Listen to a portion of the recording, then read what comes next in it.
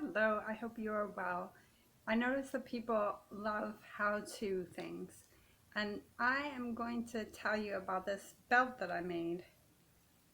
Now, if you find like flowers on a headband, which is how I found these flowers, or maybe you can find them in a fabric store or online. What I did is the headband was older and I really liked it, and I thought that I could make a belt. And see, when you have the belt higher up on your waist, like on the smaller part of your waist, or the most flattering area of your waist, is really nice. And this one I use quite a lot because it's black, which is a nice color. So what I did is I'm just gonna unsnap it. It was very easy. I would say this is about an inch wide velvet. So I put the velvet around the waist and gave it a little bit of extra length.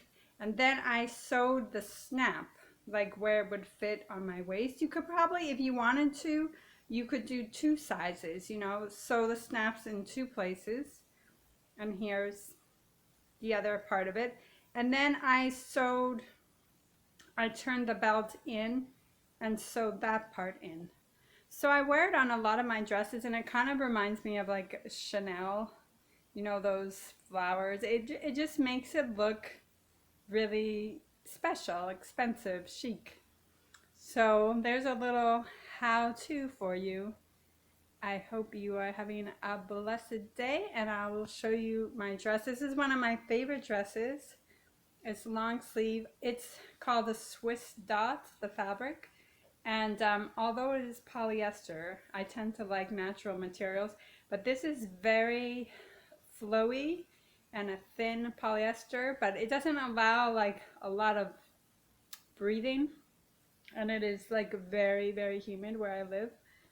But it is a nice dress, and it goes to the floor, and I pulled in the waist and I set it with a clip here because the waist was a little big for me, and it's such a nice dress. And because it is polyester, I can wash it and it dries really easy. And also a good tip is to like clean any smell out of your clothes, especially perspiration. Use like a detergent and put baking soda. So you can put either baking soda in the wash or baking soda if you're washing it in the sink. I put a soap and I add baking soda, and it gets all that sweat smell out of your clothes. It can also be used for deodorant. It's really effective. So that's a tip, because if you were to go to the gym and exercise in clothes, and even though you wash them in detergent, that smell can linger.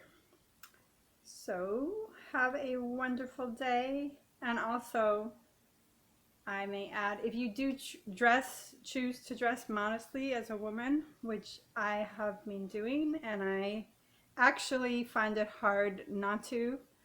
Um, it was like an adjustment to get used to wearing skirts and how they felt on the skin and the waist and the body. And before, I kind of struggled, like if I felt a little bloated, the last thing I wanted to wear was a skirt.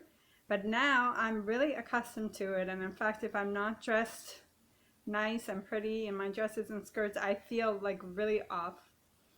So dressing up too, like if I'm at home by myself, I immediately feel so much better, so much more positive if I take a shower, get dressed, look pretty, even if I'm not going anywhere. It does something. And I was listening to a video on this woman, and she was talking about formal living, and she always dresses up. And like when we're in a nice dress and nice clothes, we tend to be a little bit more conscious, that we take care of ourselves, and we're not gonna sit down on the couch and have a huge bag of chips. We tend to like incorporate that formality in our lives. So she was talking about how sitting down for a meal, we really prepare the meal and the place setting and enjoy the food and don't overeat, and aren't going to mindlessly just grab a bag of chips and watch whatever we're watching and mindlessly eat, and then we don't enjoy it. So it was a very interesting talk. I never really perceived it that way. And now that I'm married, I really get a lot of joy from having a meal with my husband and sitting down at the table. I never did watch TV growing up while eating, so I'm not at all accustomed to it. I like to sit at the table and you have your conversation and you interact, and it's very intimate. And to make the table pretty, I bought these flowers. I'll take you there, from Trader Joe's, and whatever type of flower it is lasts so long, and I've really enjoyed them. So let me see if I can bring them around. These are the flowers and the vase, and these little bell flowers, like, they've lasted so nicely. And we got like a really nice glass table and chairs, and meal times are special. You know, I grew up in a family, thank God, where we always sat down for our meals together. The TV was never on. I know it can be a part of people's habit, is to sit down and watch TV, but then you never interact with each other, and you lose that intimacy. And sharing a meal is a beautiful thing, especially for the Sabbath. I make a real effort to make a special meal. And last Sabbath, my husband was like, oh my gosh, there was so much food. But it's because we celebrate as Jews Friday and the day of rest. And it was so nice because our phones were off. And on Friday night, we had such a nice conversation. And now that I practice it, I can't imagine always being attuned to the phone and the emails and the message and the Facebook and the text. And I so look forward to just not having anyone contact me all night on Friday, all day on Saturday until the sundown.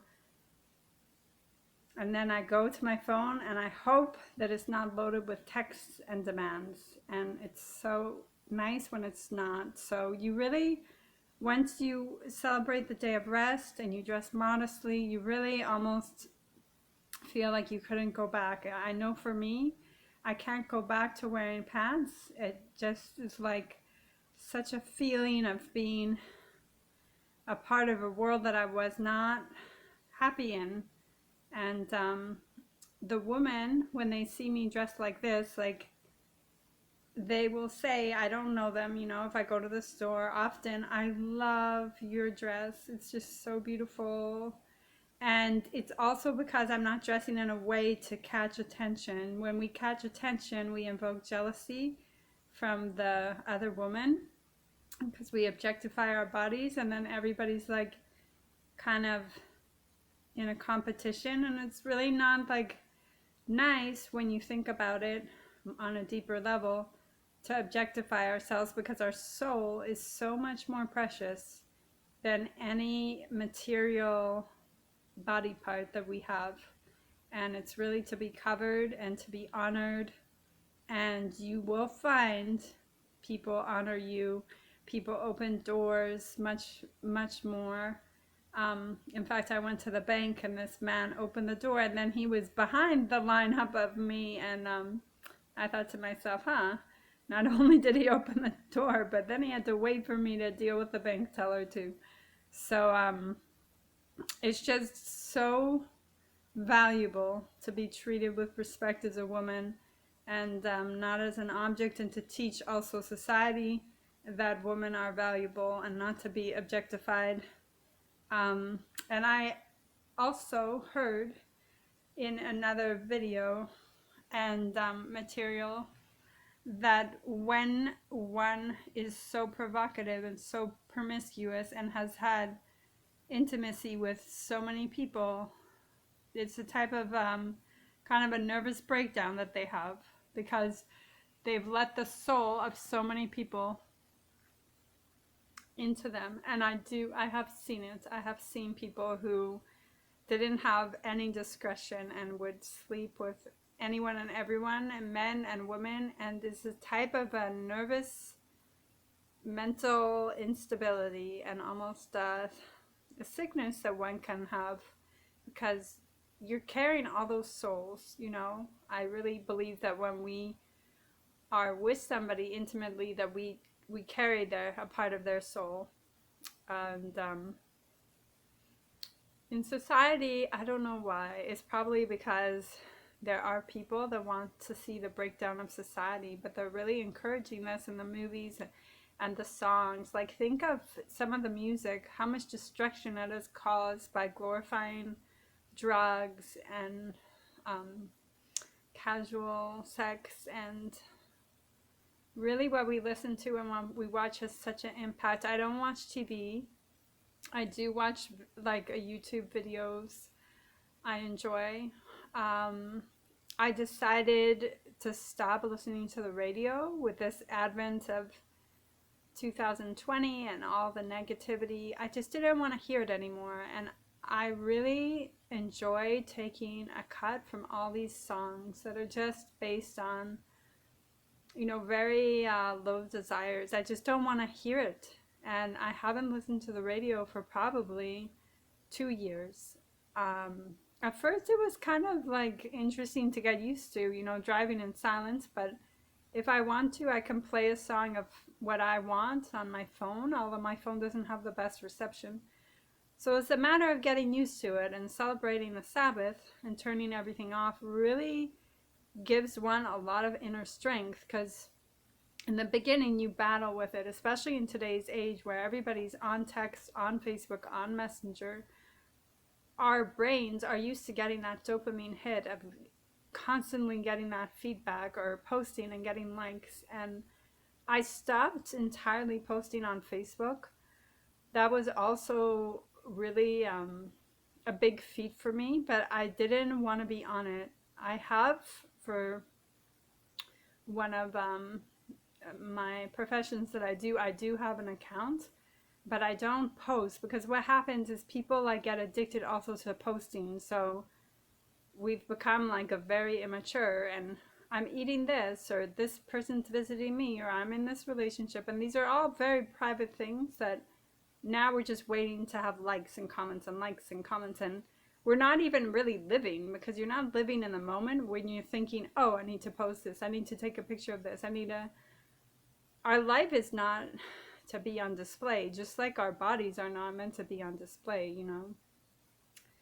So these things can all have a very powerful effect. And watching movies and idolizing movie stars and all the stuff that we've been encouraged as a society to partake in, it's so refreshing to cut it off and to just not be a part of it anymore. It's like a rebirth. It gives you your soul and your innocence and your freshness, a freshness of life.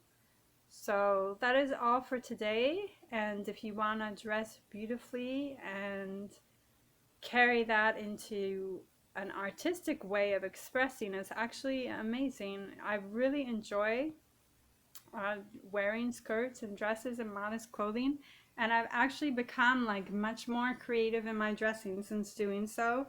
And this dress goes all the way down, and it's called a Swiss dot, the fabric, and then the zipper is in the back. But yeah, life can be really beautiful, and thank God it is. And we can learn to really strengthen our mind and really become in charge of our lives and what we think and what we let in our environment. And you'll see, and at least I saw, that life became much more soft. It was very harsh before when I lived in the world and I didn't wear modest clothing, even pants, or being part of the secular world. And I feel like much more closer to God. When I write a prayer, I do write prayers, I put them in my closet. I feel like I have so many answers are given to me in so many of my prayers, and much more so than before. And I know that when I saw a beautifully dressed woman, a modest woman, and I knew some religious woman, I could never imagine disrespecting them. They almost had like a shield, like a very queen essence to them that spoke very beautifully, and in fact it had really influenced me. So I will leave you here, and I wish you a wonderful and beautiful day. Bye bye.